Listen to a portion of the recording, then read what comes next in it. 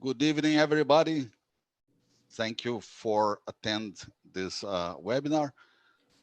Onshore oil and gas business environment in Brazil with Erickson de Paula, lecturer in energy systems at Rice University. Sorry, 1 minute to close the parallel.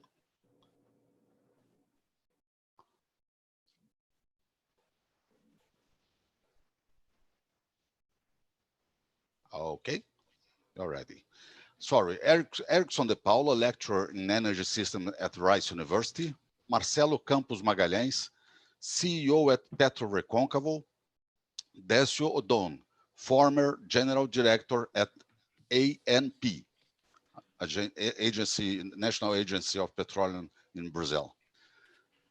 Brazil started its hydrocarbon exploration in the onshore sedimentary basins, later going to the shallow waters, later deep waters, and nowadays with the ultra-deep pre-salt accumulations.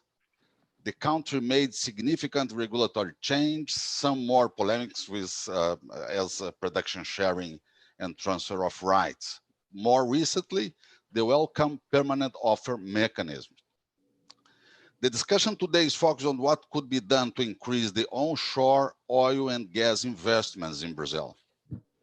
Each participant would bring his vision, and after that, we could start an open discussion based on possible questions from the audience and among us, questions among us, people participating. So let's start with Erickson de Paula, please, in Houston. Thank you. Just sharing the screen. I'm here.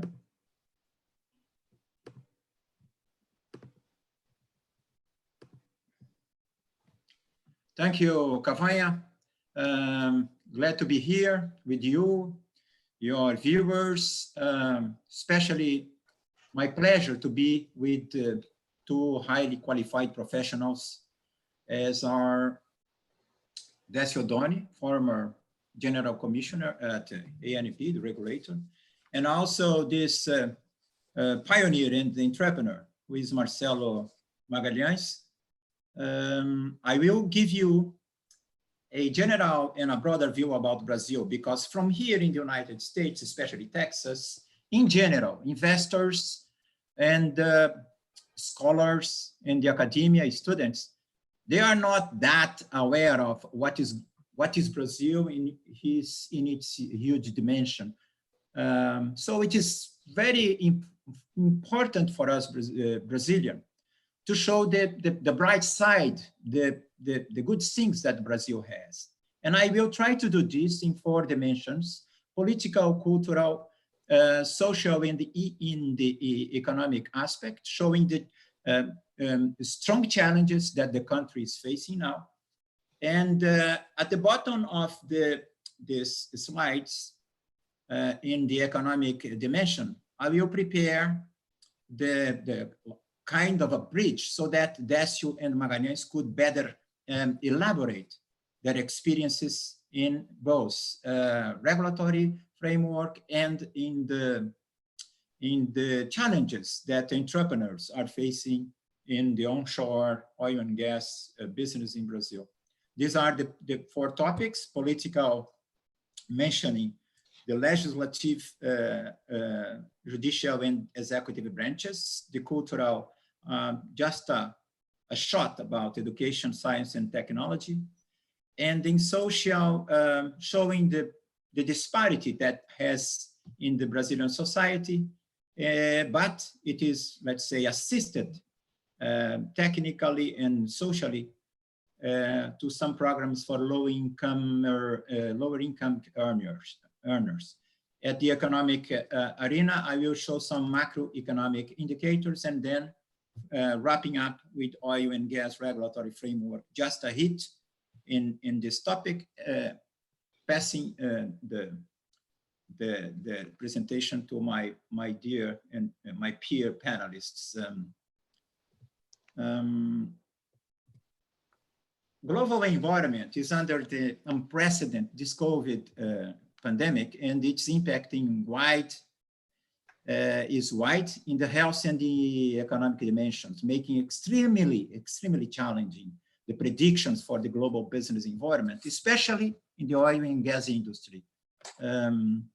With critical macroeconomic indicators at stake, Brazil is struggling to move forward to important strategic structural reforms, such as the pension and the tax systems. The our current government just addressed the first, the pension reform already approved, and the latter, the pension reform, is to be addressed to the Congress.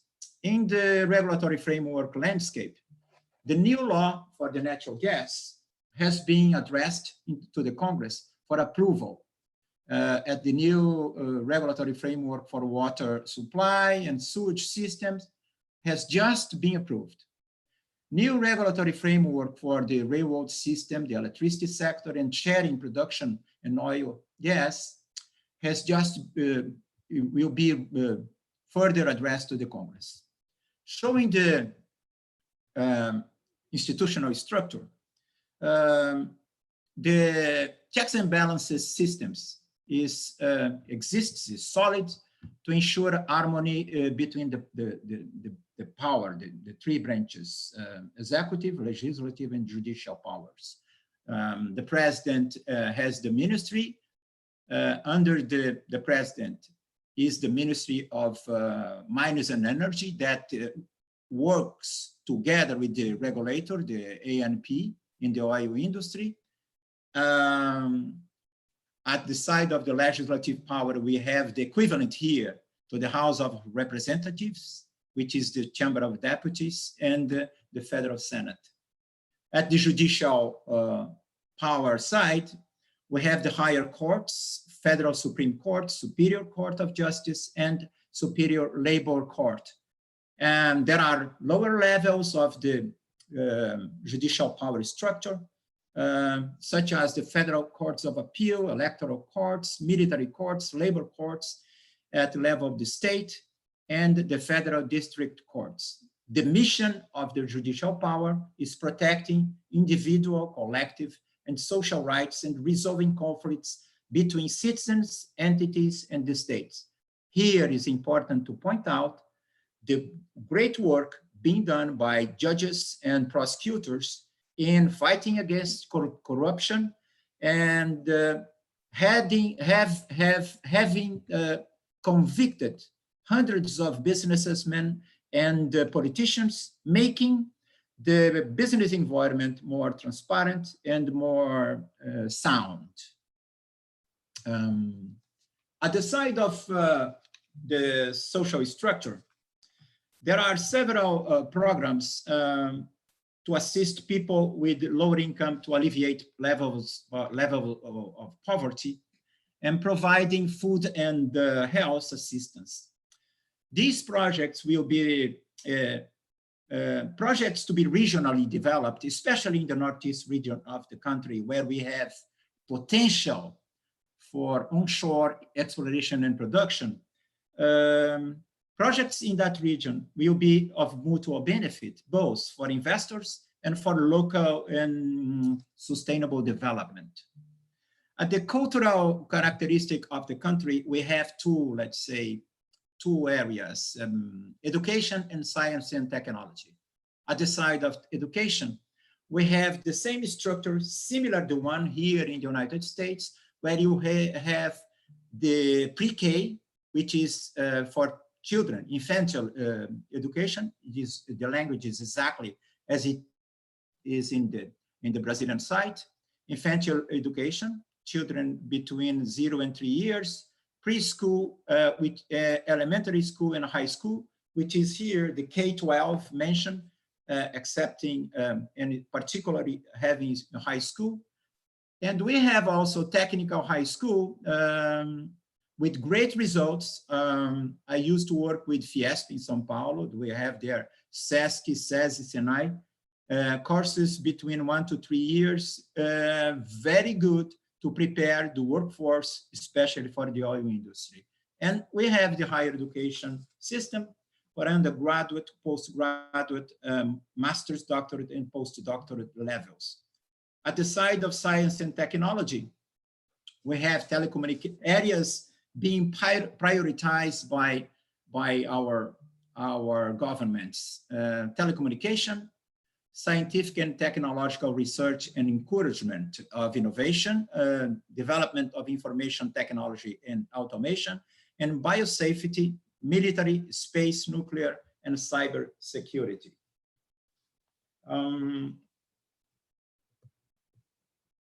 The economic dimension of our analysis shows that Brazil is currently facing strong and hard challenges. Brazil is currently following the strategy of becoming more market-oriented country by implementing structural reforms to reduce the size of the state in the business environment and making the country attractive, especially under this extremely challenging COVID-19 pandemic. Macroeconomic indicators are here. Let's go directly. I put together information, and I have to give me my many thanks to lots of analysts for different banks. Here in US, UBS and Morgan Stanley. In Brazil, Itaú, as a bank, Safra. And then I put together the data of their forecasts. And we have here then some important data showing that the GDP in $1 billion declined from average $2 trillion in prior years to something forecasted for this year of $1.3 trillion and $1.4 trillion at December of each year. GDP change in percentage will go down of about 7% in coming during this year, at the end of this year, and it will likely be positive around the 3% on coming year of 2021, where we expect that the pandemic will be, let's say, the page about pandemic will be turned, vaccine will be in the market until the end of the year, and economy in general, globally and locally, will be recovering by 2021. Unemployment rate in Brazil is high, 13%. Inflation rate is low, declining to levels of 1.5 to 3% coming year. Interest rate to provide, let's say, credit for investors and for improving consumer confidence are low, around 3% in this year and 2.5 coming year. One, let's say, hard point is the exchange rate in Brazilian reais to ratio to dollar, which used to be around 3.5, 3.2, and this year is expected to be around $5 per real, and coming year also $5 per real. Trade balance, exports, imports. We have a superávit of around $50 billion this year, going up a little for coming year, around $60 billion. Main exporters partners are China and the United States, 30% China, 20% United States. Main importer partners are also China and the United States, with 20% of the total imports. Current account balance in dollars, in $1 billion, will be minus $7 billion this year and $1 billion this year.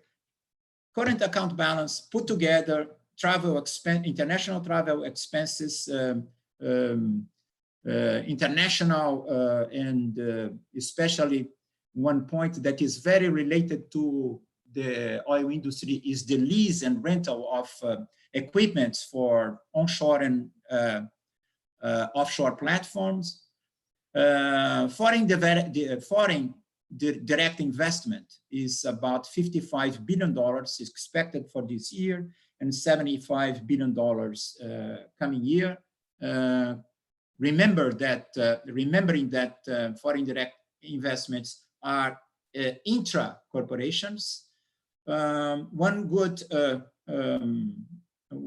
metric in our macroeconomic indicator is the foreign exchange reserves in billions of dollars, solid around $300 billion, providing support for political, for monetary and fiscal policy. Fiscal balance as a percentage of the GDP is down, is low, minus 13 and minus 5% on coming years. Public deficit as a percentage of the GDP is also high, 93%, increasing to 94. There are some expectations that it could hit 100%. Sovereign rating is could be better. Moody's is BA A2, S&P is BB minus, and Fitch is BB minus also. We are 2 steps to go to the level of investment grade. And here predictions that I hope both Décio and Marcelo could better, let's say, could be better accurate. My research here give future prices for natural gas in million of BTUs at December for $3 per million of BTUs, and in 2021, $2.9 million, $2.9 dollars per million of BTU. And WTI price of oil in dollar per barrel at December, it will be around the 40s in this year and the 50s on coming year. The oil industry is, and its supply chain is one of the main factors of economic development in Brazil. It's representing nearly 15% of the GDP. And E&P activities were, as Cavanha mentioned, were privileged by the characteristic of the geology in Brazil. Is very, very, very attractive, very beneficial, and provides a high quality of oil with low attractive level of sulfur, attractive APA grade, not to mention the highly competitive lifting cost of exploration and production. Break-evens are around $20, $30 for offshore, and coming speakers could better inform about these prices. Offshore E&P represents 90% of the oil and gas portfolio to this contract just mentioned by Cavanha, production sharing, concessions, and others.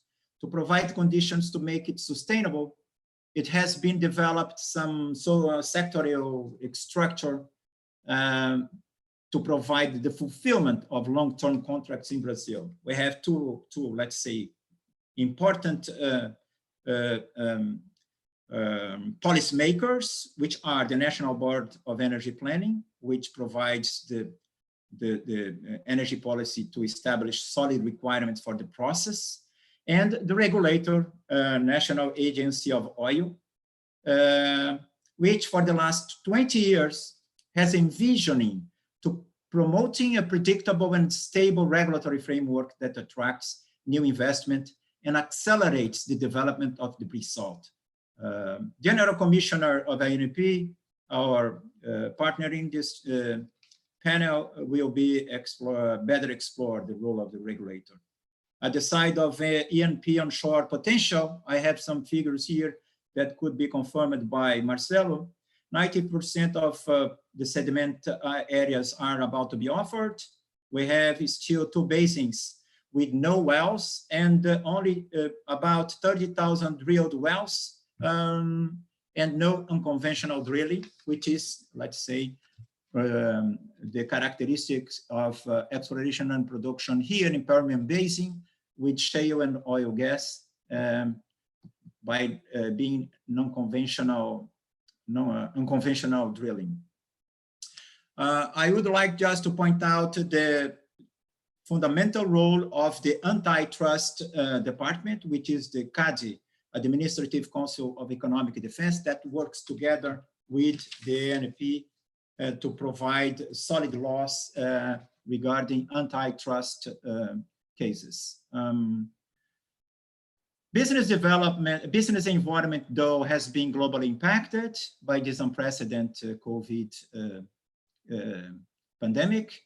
There is one hard hit fact that happened here in Texas. BP, Chevron, Exxon, Total, they are cutting their capex, their dividends, the workforce, and writing down some of these assets due to the lower oil prices. And at the side of onshore E&P, the shale oil industry in US is facing a dramatic moment, especially with one very recent bankruptcy with Chesapeake, one of the most important companies in the sector.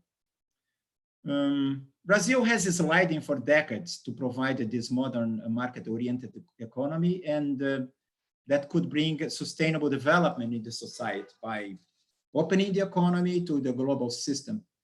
Very important when mentioning Latin America in this market, Brazil's reaction to the impact to the COVID will be crucial for the sustainable development for the whole Latin American region, from Mexico to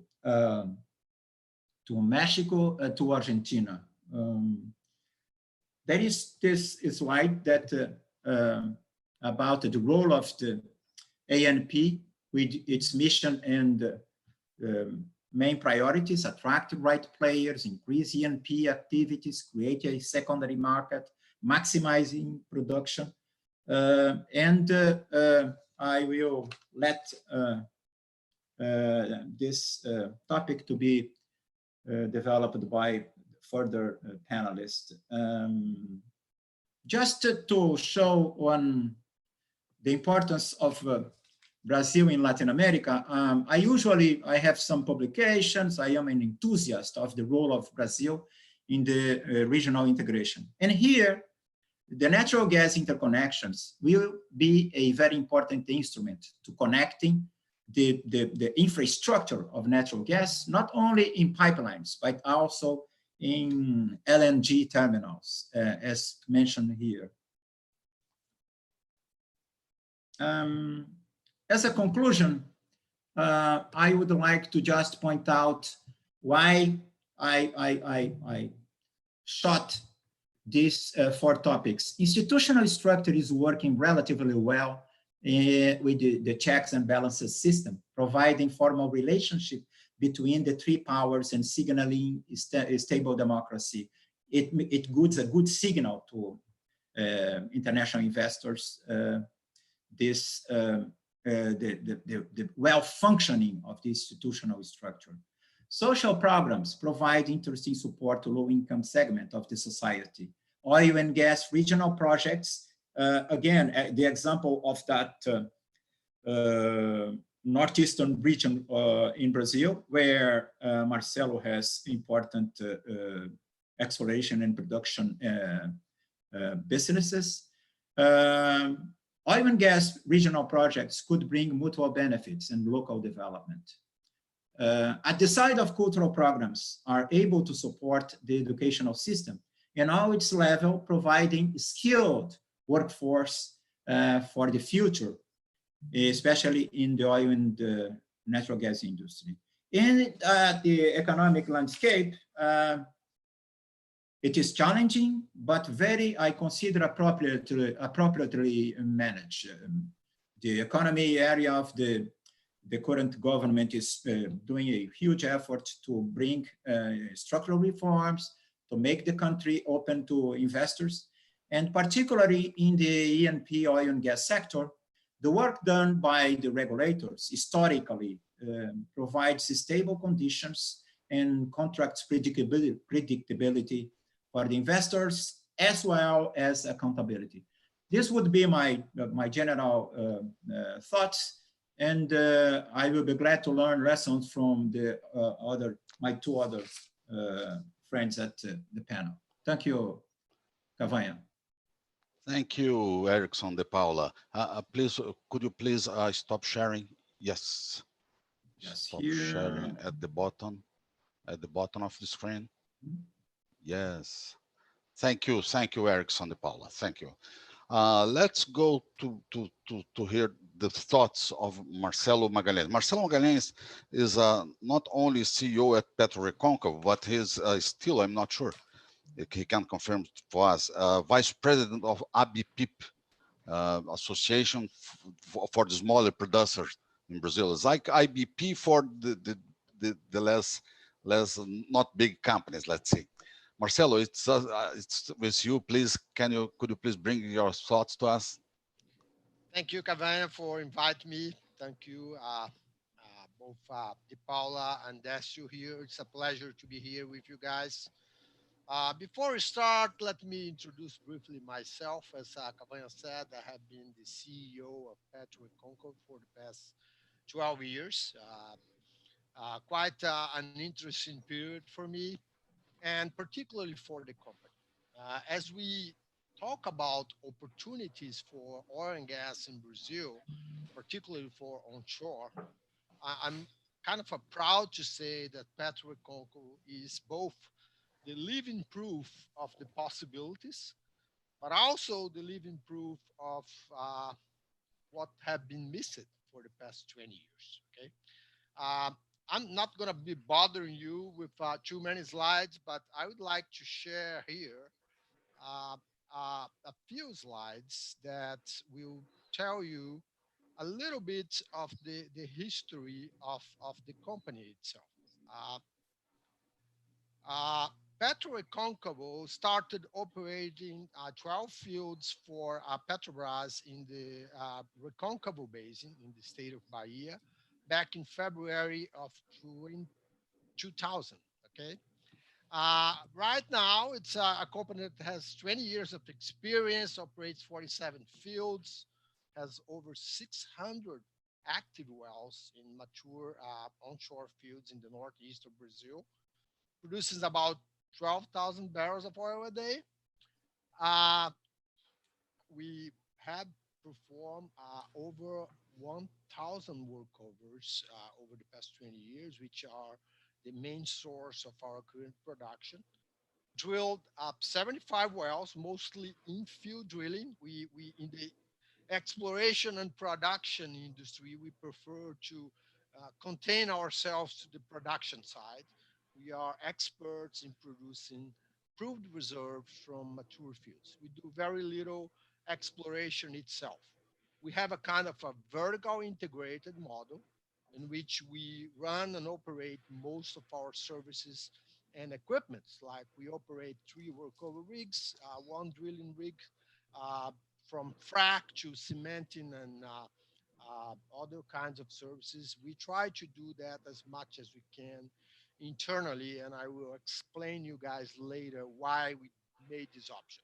But my point here is not to make an advertisement of the company itself, which I'm quite proud of, but to show you guys 2 slides here with graph productions. Okay. What you see here is the production for the 12 fields we have been operating for the past 12 years. To the left of the dotted line, you have the production performance of those fields before we took over from 92 to 2000. And you can see a steady decline on this production. And after that, you see an incline. And after 20 years, we have produced over these 20 years 3 times the reserves that were certified in the first report we certified back in 2000. And we still have today more certified reserves than we had back then. To give you guys an idea, when we started operating those fields, they were about 7% of the total production of the basin. Okay. Right now, they are above 17%, maybe even more, given the recent fast decline on production on the other fields. That tells you guys how well independent producers, not only us, could do on those mature basins with outstanding impacts in terms of wealth generation, employment generation, and royalty for very poor municipalities. Okay, if we had this kind of performance for, let's say, five other companies in the basin, instead of being producing 20 something thousand barrels of oil a day, maybe the Recôncavo Basin was still producing over 50,000 barrels of oil a day. And that has an incredible impact in the economy of the state. Okay. Well, this second one, it's more recent and more interesting. It took 20 years for us to move from one first project to the second project. Back in December, on the 10th of December, we took over the operation of the Riacho da Forquilha cluster. Riacho da Forquilha in the state of Rio Grande do Norte was the first asset in the onshore divestiture program from Petrobras to be sold. We signed the closing of this transaction at ANP on December the 9th, and we took over on December the 10th. And as you could see here, in the left side of this vertical line, you have the operation of the field by the former operator, which shows in the red line a decline, a consistent decline in production. Immediately after December the 10th, you see a very strong positive inclination of the curve, okay, until more or less the third week of March, exactly when we started to be hit by COVID, which forced us to cut on capex and forced us to have issues and reduce the workforce. To tell you guys, in the Rio Grande do Norte workforce, we are testing extensively all of our people. We have tested maybe 3 or 4 times the amount of employees that we have. We have about, let's say, rounding 100 employees. We have run more than 300 COVID tests for the past 6 weeks. And what we found is more than half of our employees had the COVID. Thanks God, all of them have recovered and doing very well. As you can see on the far right of the curve, for the past 3 weeks, we started back investing on workovers with the relatively recovery of the oil price. And I'm glad to announce that yesterday we hit a record production on this field, which is about 30% higher than the takeover from Petrobras merely 6 months ago. Okay. So coming back to my point, it's two examples 20 years apart that shows very clearly what is the potential of these mature fields in Brazil if they are run by an independent, small to medium-sized company that would focus its efforts on investing to increase the recovery factor for those fields. Okay, it's not magic. We are not exactly better than anybody. I think we have a methodology, a systematic methodology, a very good assessment of our investments, okay? And we try to keep costs down because when we work in mature fields, the most important thing is to have costs that are really very controlled. We saw back in March both the Russians and the Arabs trying to shut down oil producers who had higher costs. We had been able to survive through dated Brent in the month of April that at some point reached maybe $16. Okay, and on top of that, you have huge discounts which are made by Petrobras, which really made that the final revenue per barrel was below $10, and we have been able to survive. And we are already maybe 90 days after the heat of the crisis, looking forward to more investment and looking forward to continue to improve production. I have the pleasure to be here with Décio Odoni. When Décio was the general director of ANP, I watched several of his seminars and presentations in which he would describe the onshore business in Brazil as rachitic, as extremely small compared with our neighbors, and how that makes no sense. I think Décio, during his tenure on ANP, had has made significant efforts to change that. I would particularly mention the permanent offer cycle and the appointment of Mr. Fernando Freitas as the onshore coordinator, which has been a historical uh, request from the independent producers to have someone at the agency that we could speak of. We hope we will continue to have this position and someone that we can deal with into the agency. Uh, just this morning, I watched a live interview with Mr. Castelo Branco, CEO of Petrobras, on the Valor Econômico website. And Castelo Branco mentioned, as he has made several times before, that Petrobras intends to exit all, from all its onshore and shallow waters assets. That is very welcoming. We hope they could do it faster. We understand the bureaucratic process in Brazil sometimes made things look too long. Okay, the former Topazio project, in about 4 or 5 years, in the end, was able only to finalize the selling of two onshore assets and maybe three shallow water assets, which is not much. Okay, when Dessa was in the NP, we also had several conversations with him, and I think he tried as much as he could to get ANP involved with the divestment process, because we need to remember one thing: Petrobras, it's a very good company. It's a very competent company. We are all proud of Petrobras. Maybe it's probably the best deep waters operators in the world, and pre-salt certainly is one of the best assets out there. But if you look at the history of the oil industry in Brazil, and Cavana mentioned that early on the presentation, you have cycles. Petrobras started onshore, then moved to shallow waters, and then moved to deep waters, and then moved to pre-salt. And I know many Petrobras former employees like Décio, and it's amazing how excited they are about new frontiers, new developments, new technology. And it seems to me that every time Petrobras move from one cycle to the other, for example, in the 80s, it moved from onshore to shallow waters. What happened is that most all the good people, all the people who were really highly competent and motivated and ambitious in Petrobras, move its attention to the shallow waters. What happened is that the onshore asset started to become underinvested.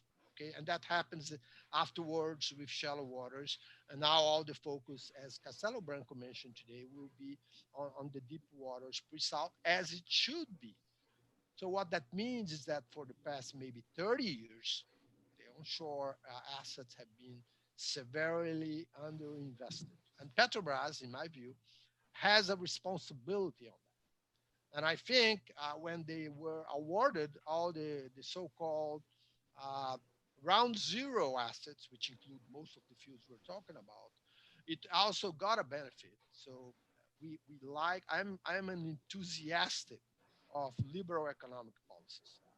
Petrobras should, and I think it is being run as a private company, and I think that's what it needs to happen.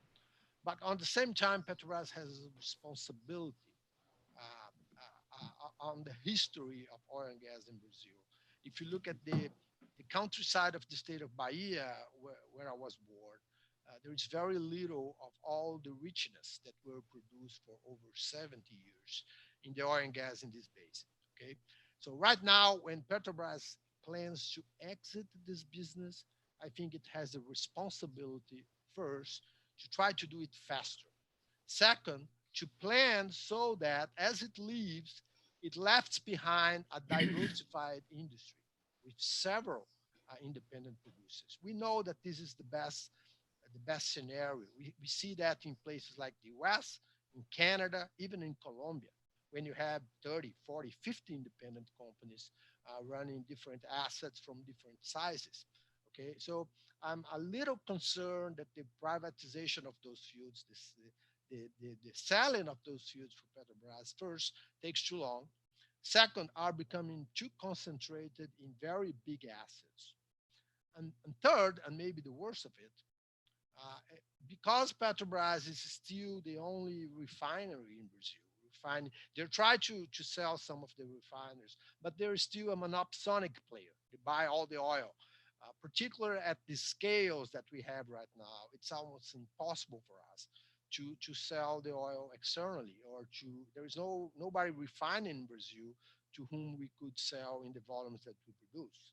So what Petrobras does is when it sells the asset, it also sets very high discounts from the new operators.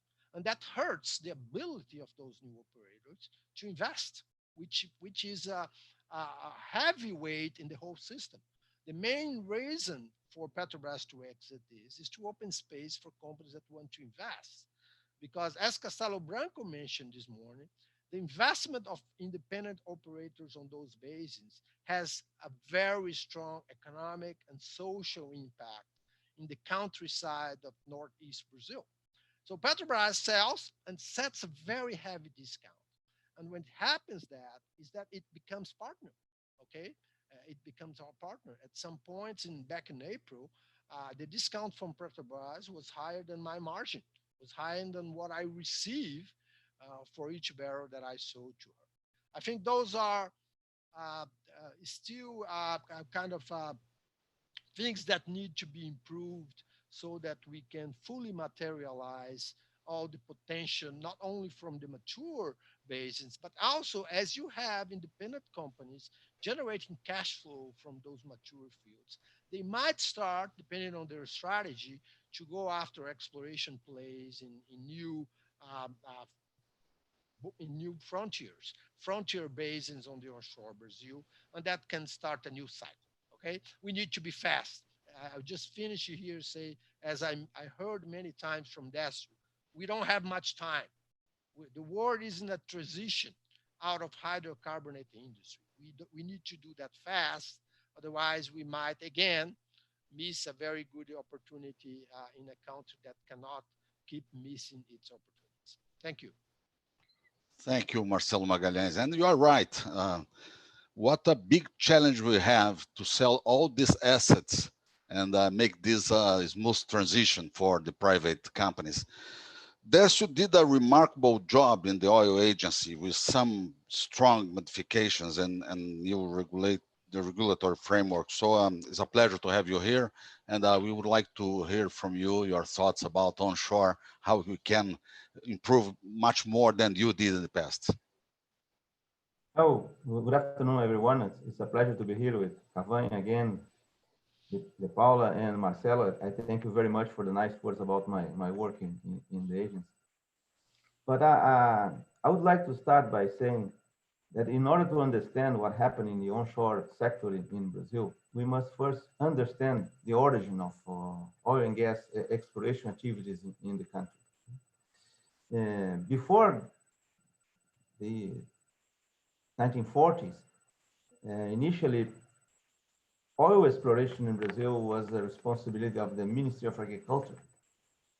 The first oil well to discover the presence of oil in Brazil was Lobato in Bahia in 1939, I believe.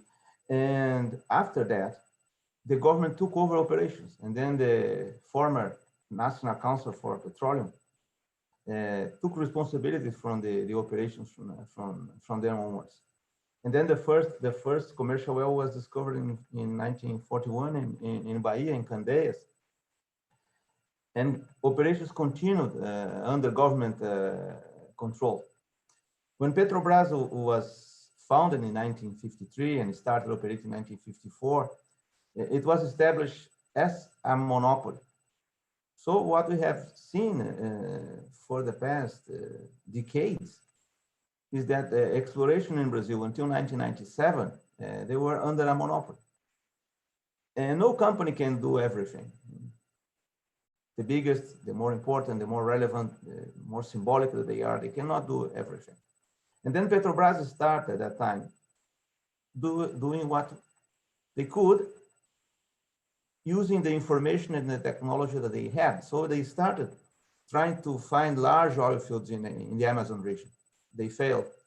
Then they moved in the end of the beginning, the 50s, the beginning of the 60s, to start exploring in the northeast Brazil, Recôncavo Baiano again, and Sergipe, Alagoas, and they discovered all fields that gave Petrobras a larger production, like Carmópolis, for instance, in that region. But that was not enough in terms of discovery. So Petrobras started exploring offshore. Then we had the first discovery in Guaricema in '68, I believe, and then Campos Basin in '74. And by the end of the '70s, Petrobras was producing less than 200,000 barrels a day. And Brazil was consuming about 1 million barrels, extremely dependent on oil imports. We had the two crises in the oil sector, the first one in '73, the second one in '79, and Brazil was hit by those crises, and it started exploring for oil in deeper and deeper waters. Except for the discovery of Juruá and then Urucu between 78, 79, and 85, most of the discoveries in Brazil at that time, they occurred offshore in deeper and deeper waters. And then we had in 84, 85, Albacora and Marlim, which drove Petrobras to be a deep water player. And by 85, Petrobras was producing 500,000 barrels, and by 97, 1 million barrels, and then going deeper and deeper and deeper. So when the new oil bill was approved in 97, extinguishing Petrobras monopoly and creating the National Petroleum Agency, what we had at the beginning was the first bidding round. And Marcelo mentioned the round zero, which was the bidding process that was not a bidding process, that granted Petrobras the concessions they already read. And then Petrobras started focusing even more in the offshore region. And at that time, there was some discussions on Petrobras divesting on the onshore fields. They started doing that, and PetroRecôncavo is an example of that. And Marcelo mentioned that they started operating by year 2000, I believe, with Petrobras. But the rest of the divestment process was stopped between 2003 and 2004. And so that was the story. And when we start with the bidding rounds in the agency in 20 years ago, 21 years ago, companies were focusing in offshore in Brazil and partnering with Petrobras, because Petrobras had a legacy of knowledge in the oil exploration. The incumbent always has an advantage, and everyone wanted to be a partner with Petrobras, and Petrobras was focusing on the offshore. So the onshore was kind of abandoned, like Marcelo mentioned. So as a result of that, what we have seen is a country which is underexplored. I mean, we do not know our prospectivity. And the end of the oil age is coming, and we don't know our potential in onshore and offshore. In Brazil, we have only less than 30,000 wells drilled. You have millions, more than 4 million wells drilled in the US. We have 60,000 wells drilled in Argentina, our neighbor, south of Brazil. And here, less than 30,000. So we have basins in Brazil in which we don't have a single well. I call them virgin basins. We haven't drilled a single well on those basins. Only 5%, less than 5% of our acreage is under contract. So the country is clearly unexplored. And then when you see what we have in Brazil, you realize that we have 3 different environments for oil and gas exploration in Brazil. and I would say 3 completely different environments. Now more than 60, almost 70% of Brazilian production is in the pre-salt region. In the pre-salt, we have less than 100 wells, with an average production 20, 30,000 barrels a day per well. So that is really extraordinary. We have wells producing more than 50,000 barrels a day, single well. So this environment, it demands companies with very strong balance sheets that can do investment that take years to mature. It's a play for companies like Petrobras and the big ones that we have attracted during the past bidding round. But we have also the conventional offshore operations in Brazil, Campos Basin and others, even the deep water wells in Marlim, Albacora, and other fields in deep water. In that region, we have 600, 700 wells producing 1,700 barrels a day. So it's less than 10 times, more than 10 times less than the average production in the pre-salt. And then we have the onshore.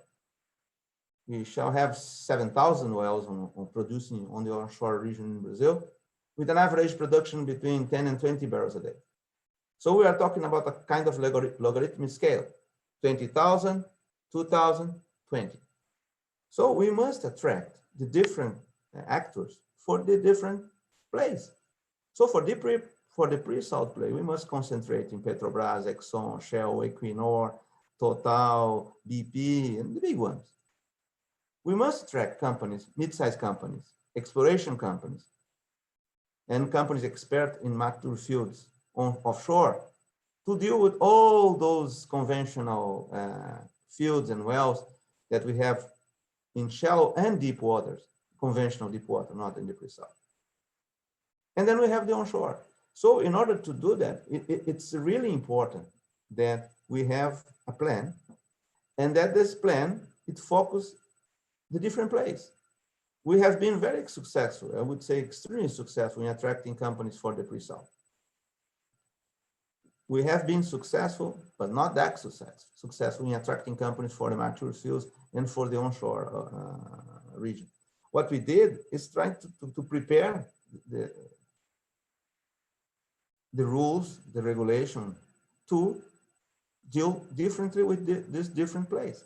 So what we did? Well, first, we changed a lot in terms of how we deal with these fields and blocks in which we expect to deal with the smaller companies. We simplify the rules. We create the open acreage, which is a system in which companies can nominate blocks to be auctioned. We did, especially, I think that was the most important one.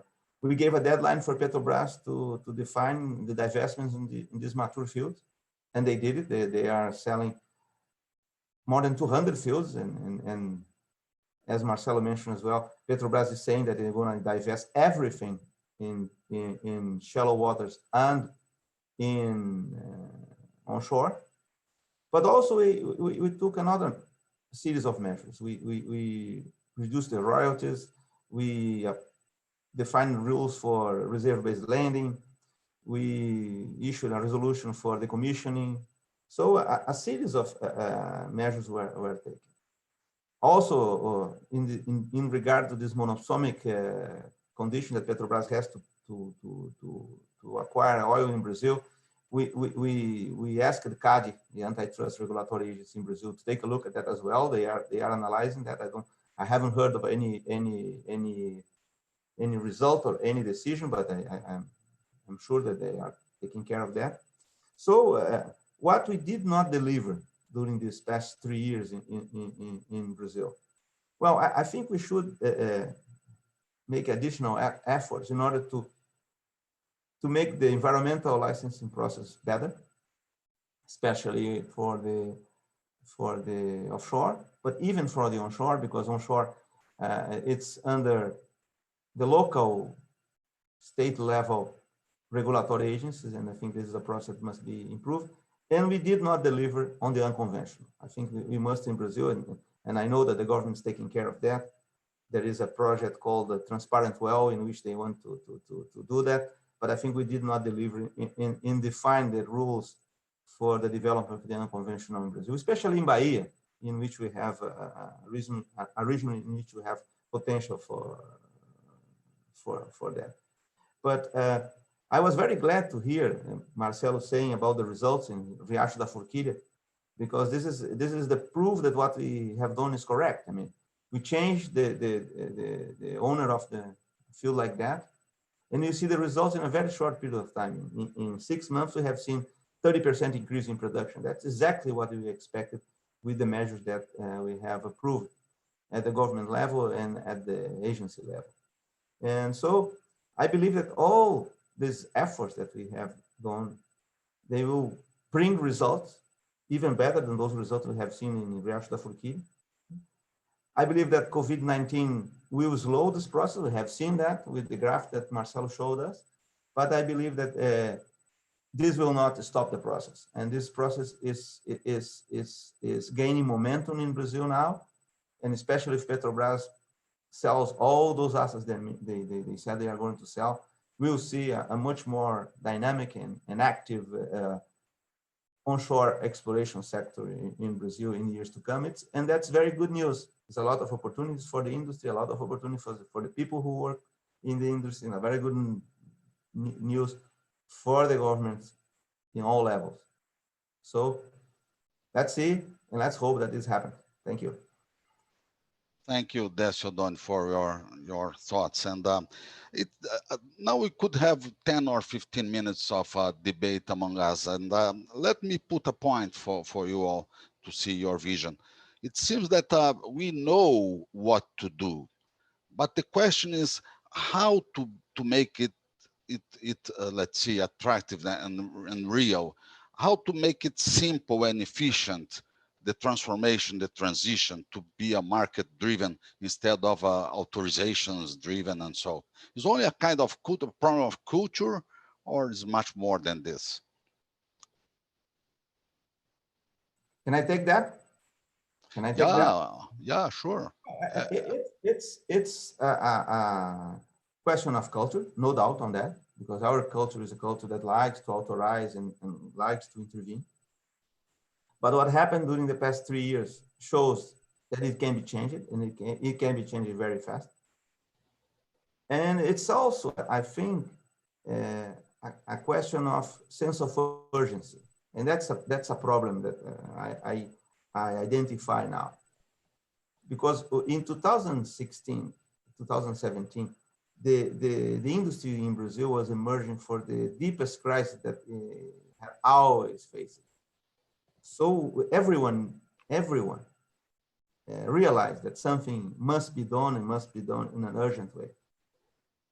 And let me say that I believe that that's the only reason that they invite me, a guy like me, to be in the agency. I don't believe that they would invite me in a different circumstance. And I don't believe that they would invite me, and I am sure that I would not accept if it was not for the challenge that we had in front of us at that time. And the results were positive. And I'm afraid now that we consider that all the challenges in the oil and gas industry are solved because the results of the bidding rounds in this process were positive. And then we slow down the process and the rhythm of change. I think we must have and must keep the sense of urgency that we had in 2017, 2018, in order to make things happen. And I'm seeing on the positive way that the agency and the government, they are reacting very fast. I have seen some measures in the agency changing procedures.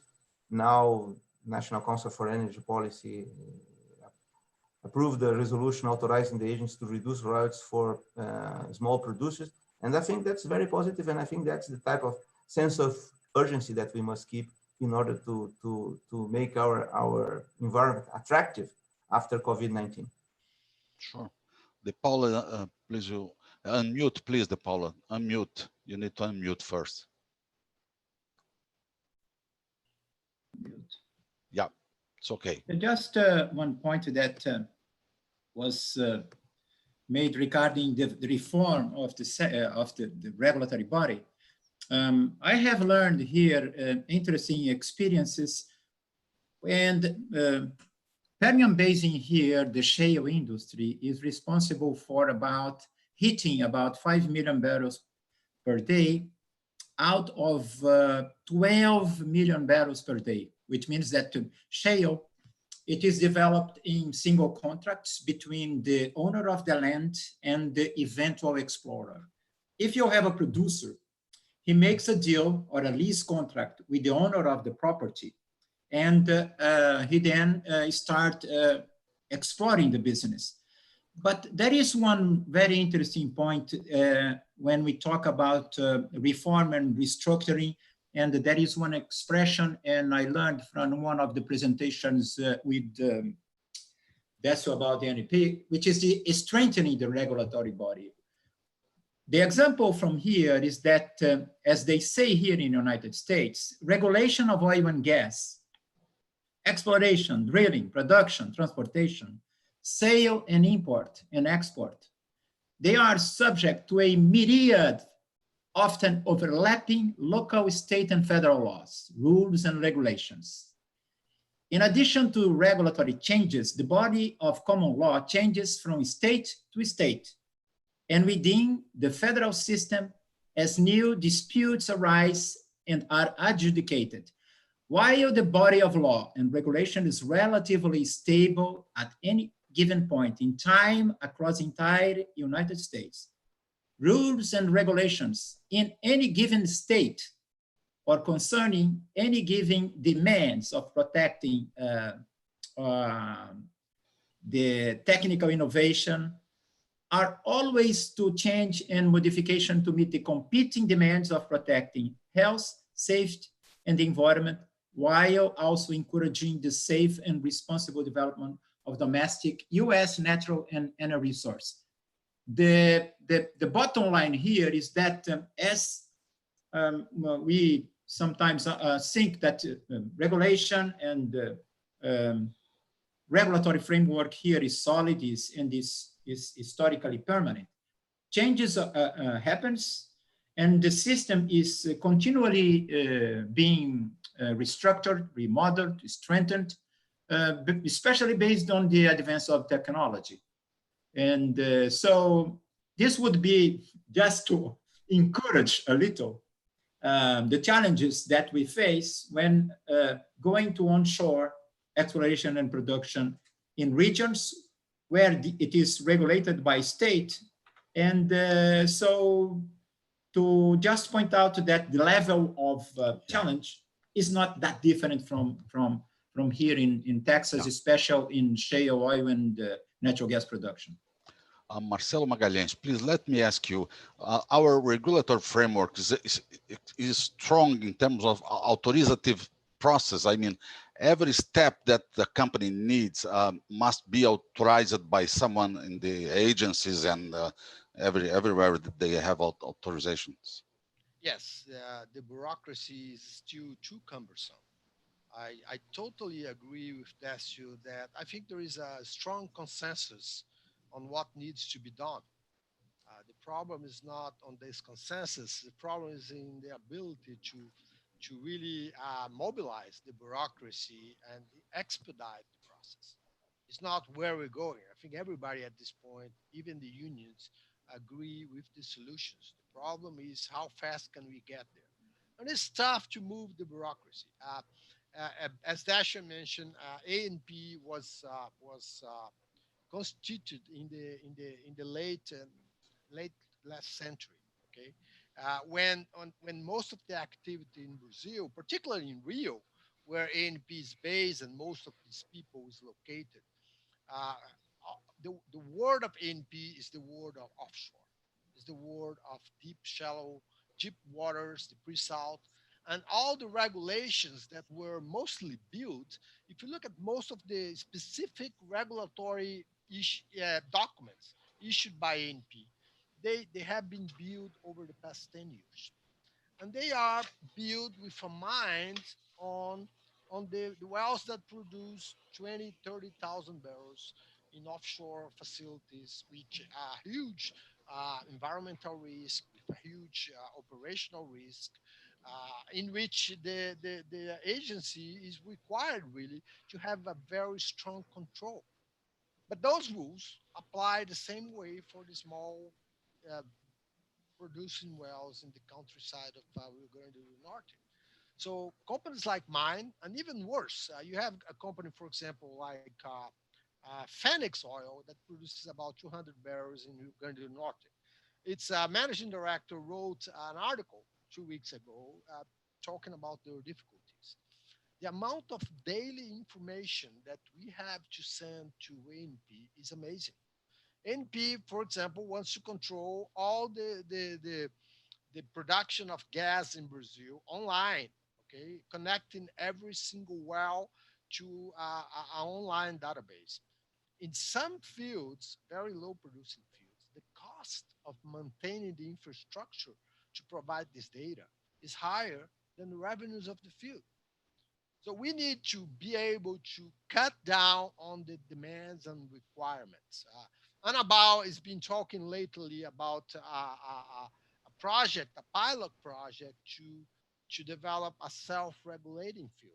It would be to, in conjunction with ANP and a group of young engineers from until the last barrel. That's how they call. And Cavagna, we interviewed us together a few weeks ago.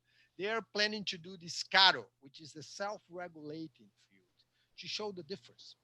And many times when I deal with the competent people at ANP from all levels, many of them doesn't really have the mind to understand how tough it is for a little, small, independent company to have the resources to produce all the data, information, and to abide through all the regulations. It's too many. We need to cut down. We need to make it simple. And I think we need to make it even more effective. Okay. And the sense of urgency that Dashu mentioned is what we need. He did made a lot of progress, but I'll be honest, where most of his focus, and if I were him, I would do the same, were focused on developing the pre-salt. The economic value of the pre-salt was so much higher that he was right in focusing most of his effort on that particular initiative. He did a lot, particular on the CAT, the onshore coordination specific for onshore fields, did a lot, but there is still a lot to do. And I'm very optimistic, but I think we need to work hard to build this mobilization towards sense of urgency, as he mentioned. Yeah, that's right. That's good. I would like to ask for you to a short conclusion for each one. And can we start, De Paula? Erickson De Paula? You are mute. Yeah.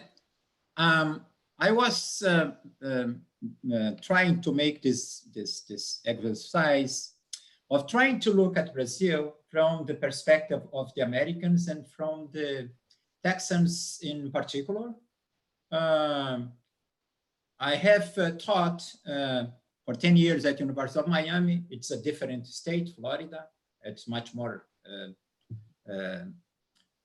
Latino in general community, and here it's very American with a diversity of people who comes from different places in the global economy, because many of the companies from Asia, Africa, India, Russia, and Europe have branch offices here. I prepared, I study a lot, and I, again, feel privileged by sharing this experience with my two peers, Marcelo and Odoni, learning new lessons. And I continue after I have worked in the oil industry, energy industry in Latin America, celebrating this year 50 years. I told Marcelo that my first job was as a field engineer building the refinery of Mataripe in the Recôncavo. It was one of my wonderful experience. Um, and I have a point here that by interacting with people from all over the world, not only the students, but also having the privilege of important contacts in the energy industry. It is very interesting because the country, although we internally are looking at some domestic problems, global economy is spiraling, and it is predictable that in 18 months, we will have economy bouncing back, literally speaking, and strongly back to business. It is, though, very important, and this is my mission here, trying to show the positive aspects of the country. That's the reason that I always try to be very professional, because they don't have this much information about the country. Yeah, but good. in general, I would be positive. Yesterday, I was talking with one of my former students, and he's from the military, and he might be very well informed. The vision that military also has from Brazil is very positive, even in the as the country in general in international relations. And I am very glad to see that we are moving forward. We have to turn this page of the pandemic in maybe, God willing, a couple of months. And the country has a huge potential. And it's not just natural resources potential. We have a highly skilled workforce. We have talented professionals, like the two of which are sharing this panel with me. Okay. We have investments in technology, great schools, and I would say that the forecast for Brazil might be positive, especially because talking with some analysts in the financial area, they are all of them, 100%, they are bullish in Latin America and much more bullish in Brazil. And I would just like to, if possible, by being in the university here and teaching students from Asia, Africa, United States, Europe, I would like if you all could help me to bring these talented students in undergraduate, masters, and PhD students, bring them to help me to bring them here. The experience I have had with our students has been wonderful. And it would be very important. Marjorie, who is watching us here, works with Adria Baker in the International Student Department. And they are welcoming Brazilian students to come here. Okay, thank you. And congratulations to you for your initiative, and very glad to be here with you too, Marcelo and Décio. Two monsters, yeah, that's right. Marcelo, please, your conclusions. Well, I think I'm also very bullish. I'm very optimistic. We tend to talk more about the issues we have to deal with and the problems that we see than the advances and the successes. I show you guys two success cases here. I think we are really going to a point where the diversity process will start to move in faster. Okay. And we're going to be working on those. We plan to assess all those assets that Petrobras is putting up for sale. We want to structure and be competitive on those deals. Maybe become one of the largest independent in Latin America. I think we are right now producing about 12, 13,000 barrels. Maybe next year or 2 years from now, we might be talking about a company producing 30, 40,000 barrels, both from the organic growth on the fields that we already run and eventually new acquisitions, which we'll be looking very, very carefully. I think in general, they say Brazil is not for amateurs. So things here tend to be a little bit complex from time to time, but we are moving ahead. I came back to Brazil 12 years ago. I lived in the West for about 8 years. I decided to come back. I think it was one of the best decisions I made. And I think we're still going to see a lot of wealthy coming out of the oil and gas business in Brazil and a full development of the potential, not only for the industry, but for the country itself. I will tell you guys, I work with a very young team here. It looks sometimes like a startup. Uh, Officers with average ages around 34, 35 years. A lot of young people interested in the oil and gas business in Brazil. We started operating in Mossoró in the countryside of Rio Grande do Norte back in December, and I am absolutely impressed with the quality of the people and with the enthusiasm of our young team over there. The results you guys just seen is the result of a lot of hard work from them. Okay, even under the hardest circumstances of the pandemic. So that can only make someone very optimistic when you see that close, very close, as I have done for the past 12 years. Thank you very much, Cavagna, for inviting me for this lecture. Thank you, Marcelo Magalhães. Thank you very much. Décio Doni, please, your conclusions. Well, as we have mentioned, we have made a lot in Brazil in order to improve conditions for onshore exploration and production during the past three years. But that was just the beginning. This is a process, and this process must be continued with more action, with simplification. And COVID-19 brings us the need to be more effective and bring again that sense of urgency that I think is necessary for us to do the right thing in order to expedite onshore exploration in Brazil. It was a pleasure being here with you. Thank you very much for the opportunity. It's a pleasure, and thank you very much. We appreciate the participation of Erickson de Paula, Marcelo Magalhães, and Décio Doni. Thank you to all. And please keep here a little bit more. I will close the live stream and be back to our final comments offline, okay?